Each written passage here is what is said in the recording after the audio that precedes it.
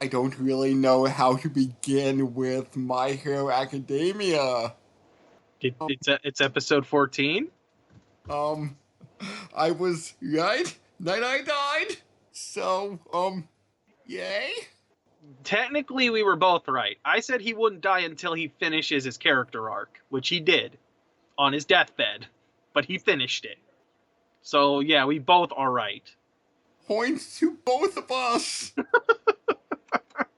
Oh man. Yeah, no, I was still fairly certain we were going to get rewind to trigger, which they could still literally do. Like, granted, that would be assuming Eri wasn't apparently in a feverish condition right now, which was probably because she overloaded herself using her quirk. If she were okay, she probably could have rewound it, and then you just have Eraserhead and be like, no, stop, done. And then have Recovery Girl come in and be like, hey, I'm gonna use my power now. Well, I mean, actually, why couldn't Recovery Girl use her ability on Eri to help her recover from the fever, and then come in, heal Night Eye, and then just have Aizawa shut it down? I feel like that is a valid option. And the only reason they're not is because they're like, oh, she's going to go insane and reverse everything. But I mean, I don't think a young recovery girl is going to be a problem if that happens. That might actually be a perk. Yeah. This was something I was thinking of last time, and it's a perfect opportunity to bring it up now, right? What happens if you use that on All Might? If Rewind goes on to All Might, would he rewind and regain one for all? In which case, would there then be two one for all users? Or at the very least, would it rewind him to when the embers were still there? If he doesn't have it fully, would the embers be back? Ooh, I'm not sure now. Because the fact that you can rewind shit with her ability opens up a whole lot of fucking loopholes now. Even if they're afraid to use it, right? With Aizawa there, it shouldn't matter. He'll just shut it down.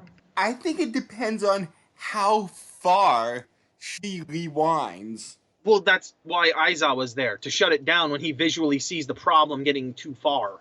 He literally would see it being a problem and go, "Nope, shut it down." And it'd be the perfect opportunity to help him, or help Eri train, too, to try and shut it off herself. Because, like they were saying, her ability only works on people, or at the very least, living things. What is Aizawa's um Eraserhead. no restriction? That's the word. Like, it can he use it like once an hour? Was it? No, I don't think so. That was Night Eye. I think Aizawa can use it as much as he wants. It's just he needs to keep his eyes open. He can't blink, and that'll keep it shut down. The only thing is, like, Eri obviously can't control her power, but if he shuts it down, unless it immediately reactivates after he shuts it down, it shouldn't be an issue. Okay, so that's the restriction. Yeah, he just has to keep his eyes open on the person. So yeah, Eri's power lends a lot of potential issues, let's just say, like, as to its usage. A hero like Night Eye, I think it would be worth the risk to heal him like that. Especially with the whole recovery girls right there use Eri's own abilities to heal herself. Her stamina or whatever. She's young. She'd have a lot, I would think. Also, Midoriya did something to his arm again. Like, he's now got like a big blotch on his arm now. I'm thinking that's a reoccurring joke that he always having something wrong with that arm. Well, see, I don't know if that's going to be the case. Because again, Eri could have rewound that if she gets to the point where she can. Which I'm kind of surprised her rewind power, when it started going out of control, didn't immediately repair that.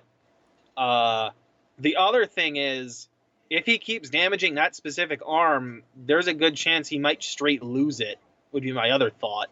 The fact that he keeps resorting to it at certain points makes me wonder if by the time we get to the point where, narrator Izuku is, has he lost an arm?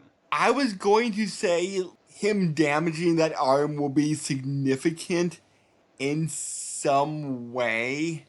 I mean, he uses it as a symbol to remind himself to, like, not go overboard, basically.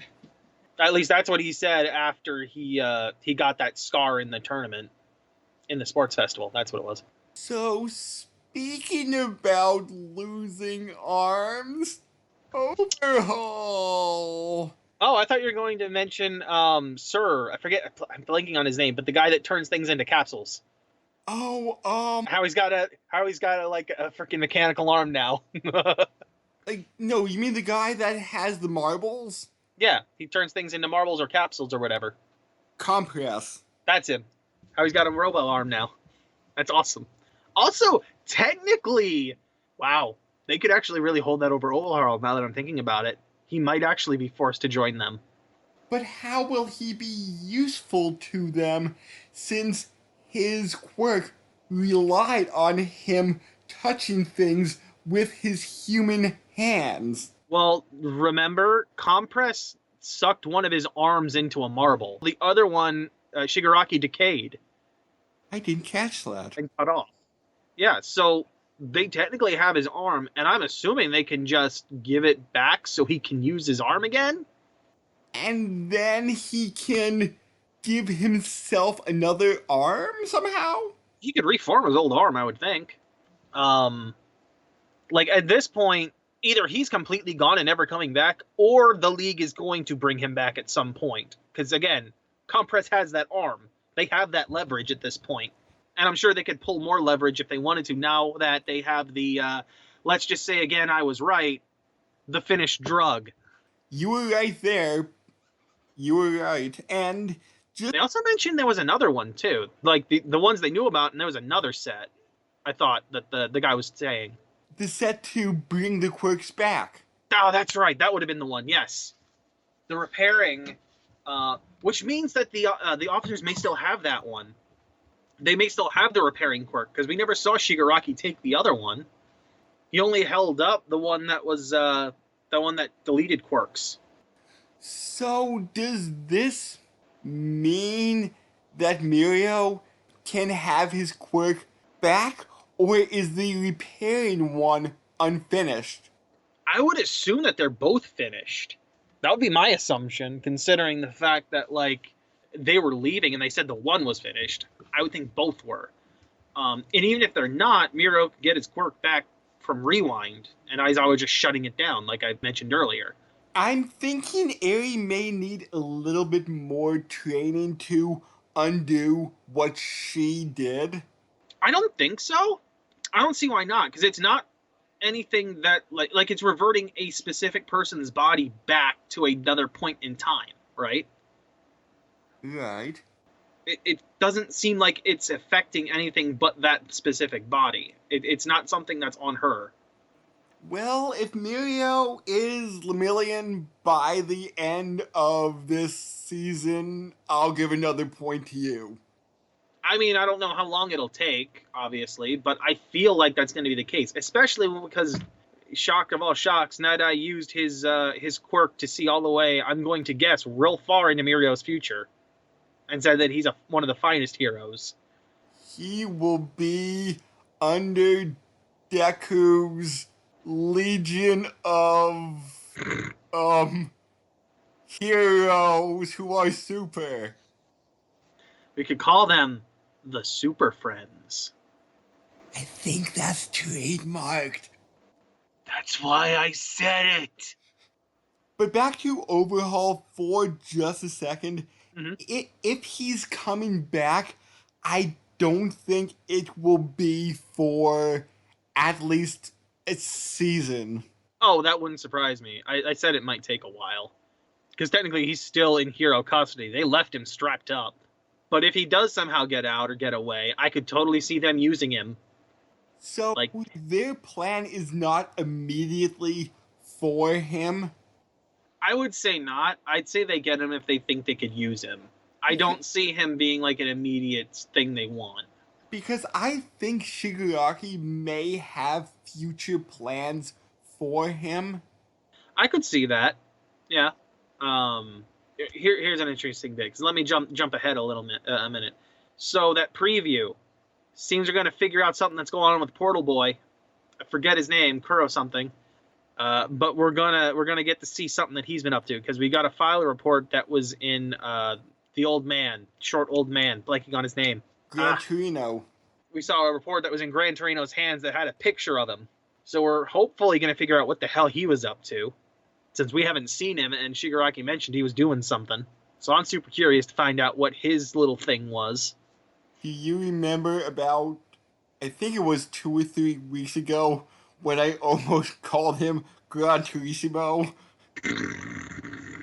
Jesus Christ. I think that happened. Oh man, what else was there that happened in this episode? I'm trying to think of like important bits that would be interesting to bring up. But there's really not that we haven't covered. I mean, there was just that creepy look that Shigaraki got on his face when he was going in with the knife. That was a real disturbing look. And Overhaul is so afraid now that he doesn't have his quirk. I don't know if he's afraid or enraged by what happened, because it feels like it's maybe a bit of both. Like you said, he's just as useless as a quirkless baby at this point. But the thing is, when Compress took his arm, there was no blood or anything. I can assume that it can be reattached. Meanwhile, the other one was literally cut off. That one ain't coming back without like some severe repairing, which maybe he could do on his own. I'm not sure. If he gets his quirk back. And I was thinking, watching it, how does Shigaraki hold a phone? He holds it daintily with his forefinger and thumb. He holds it like L does. That's how he holds it like L. Or like, how a fancy person will hold their finger out, like their pinky finger out when drinking like a glass of wine or something. It probably like that. If he doesn't hold it like L. Oh, I forgot. We also saw another stand user. Which one was it this time? The Fool? What? Oh, the sand dude. Yes. Okay, yeah. I thought we were talking like an actual person that had like a dark shadow kind of quirk. Yes, you're right. We saw the Sandman. We saw the Fool. Except this time he's not a freaking dog. And I am not super familiar with One Piece, but back when I was collecting cards for some not QR, AR app, wasn't there some guy that uses sand in One Piece? Crocodile, I think, if I'm remembering correctly. It's been a bit. I've dropped off of One Piece and I need to get back into it. It's been like 6-7 years since the app was out. I think it was Crocodile. I think that's who it is. He's got like the big cigar in his mouth and like a scar across his nose and shit. He's got like a hook for a hand. I think I may have a Crocodile card, but I'm not too sure. He's the sand user, if I'm remembering correctly. Okay. Wasn't he a fish person? No. I mean, there are fishmen in that series, but he was not. He is human. What else? Honestly, I think that's really it. Like, unless we want to start really delving into what Eri could do with that ability, that would make things way more interesting. I don't know, but we've been running closer to 30 minutes for the past few weeks, so we can have a short... You know what? One last thing.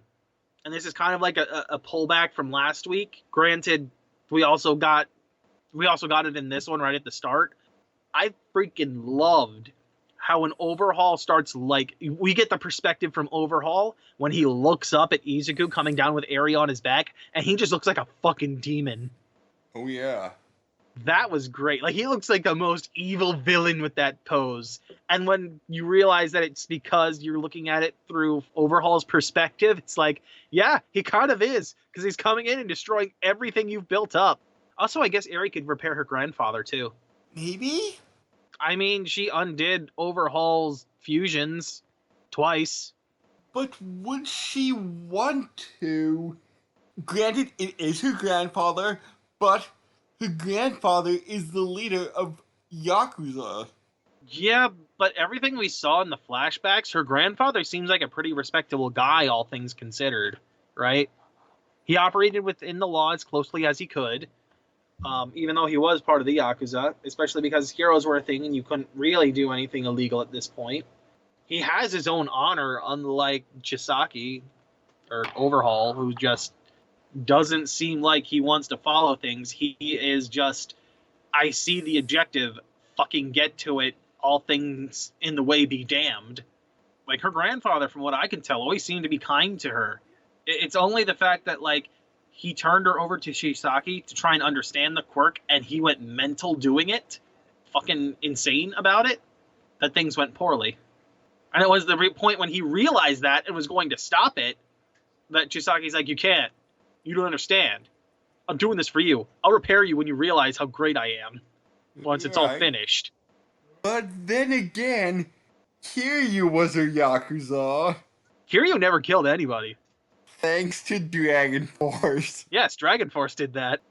I can only beat you within an inch of your life, but it's gonna fucking hurt.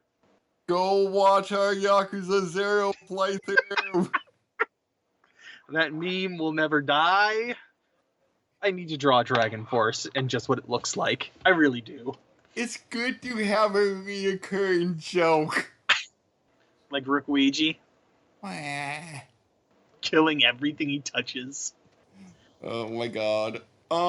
So, do you think we will start up... Well, I think I may have been wrong that we're going to start up with a school plot. No, it seems like we're leading into whatever the hell the League of Villains is doing. I'm curious to see. I'm really curious what they've been up to. Do you think we'll get any exposition on what Bakugo was up to? Maybe a little bit. What I'm super curious about is like if what we're gonna get next is like flashback as to what's happening while all this shit is going down over with the Yakuza, or if this is all happening after they get the drug. Oh, a parallel storyline would be pretty interesting. Yeah, especially because we're following the League this time, and hell, maybe that means like Dark Shadow, and Suki, or God damn it, I can't remember what his name is. Tokoyomi, I think? Birdman. Maybe his group was following up on that shit, and that's what he was doing off on the side. Because like I said, he's the only one with a hero organization. We didn't get to see what was going on at this point. All the others we saw involved in the fight with the Yakuza. So, who knows?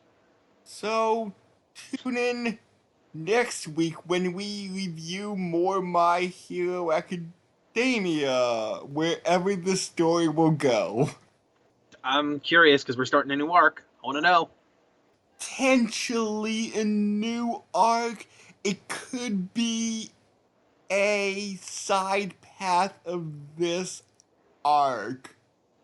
I mean, technically it would still be a new arc because you're following new story elements. I guess? I guess? I don't know. You know what? I'm just gonna give a few points to you in advance. What's my score now? Hmm. Maybe we should keep track. Alright, later. Bye.